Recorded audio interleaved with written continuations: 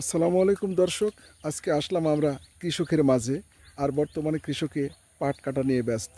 তো কৃষকের মুখ থেকে শুনবো যে বর্তমান বাংলাদেশের সবচেয়ে অর্থকারী ফসলের মধ্যে পাট হচ্ছে সর্বোচ্চ অর্থকারী ফসল এবং সোনালী আঁশ।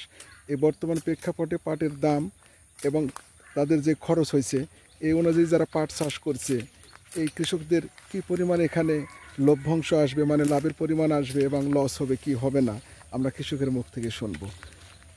তো দর্শক চলুন আমরা কৃষকের মুখ থেকে শুনি। আসসালামু আলাইকুম সিদ্দিক ভাই, বর্তমান তো পাট হচ্ছে বাংলাদেশের সবচেয়ে অর্থকারী ফসলের মধ্যে পাট হচ্ছে সর্বসেরা। তো বর্তমান কৃষকেরা যে পাট উৎপাদন করছে এতে আর পাটের যে দাম, এতে কৃষকের কি পরিমাণ লাভ বা লস হতে পারে যদি একটু বলতেন। 200-300 টাকা। 200-300 টাকা কি মনে মনে লস হবে? তো দীর্ঘ সময় ধরে একটা ফসল 4 মাস ধরে মাঠে রাখছে, খরচ হয়েছে, কাটা ধোয়া, এরপরে বিক্রি করলে কৃষকের লসই হবে। লস। কি কথা বলেন?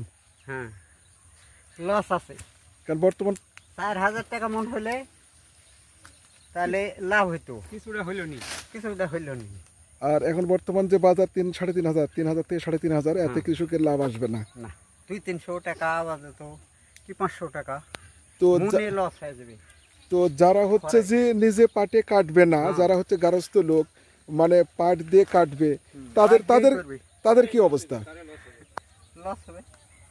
আর লিজে কাটতে পারলে করতে পারলে কিছু পয়সা হবে। লিজে তো আর করা যাবে না সব।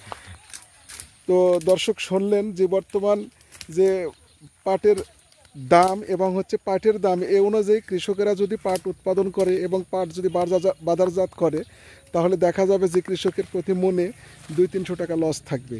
হয়তোবা যারা নিজে পাটে কাটবে এবং ধোবে তাদের হয়তোবা কিছু টাকা থাকতে পারে। আর বাংলাদেশের যে সোনালী আঁশ, এটা আস্তে আস্তে প্রায় উত্তরবঙ্গ থেকে অনেকটা বিলীনই হয়ে যাচ্ছে, সেটা হচ্ছে এই মূল্য হ্রাসের কারণে।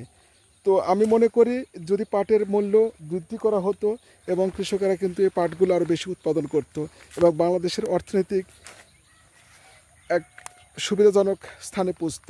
কিন্তু বর্তমান প্রেক্ষাপটে এই পাট চাষিরা তাদের মূল্য হ্রাস পাওয়ার জন্যে পাট চাষি থেকে অনেকটা দূরে সরে যাচ্ছে। প্রিয় দর্শক, সবাই ভালো থাকেন, সুস্থ থাকবেন, সুন্দর থাকবেন, এই আশা ব্যক্ত রেখে আমি বিদায় নিচ্ছি। আসসালামু আলাইকুম।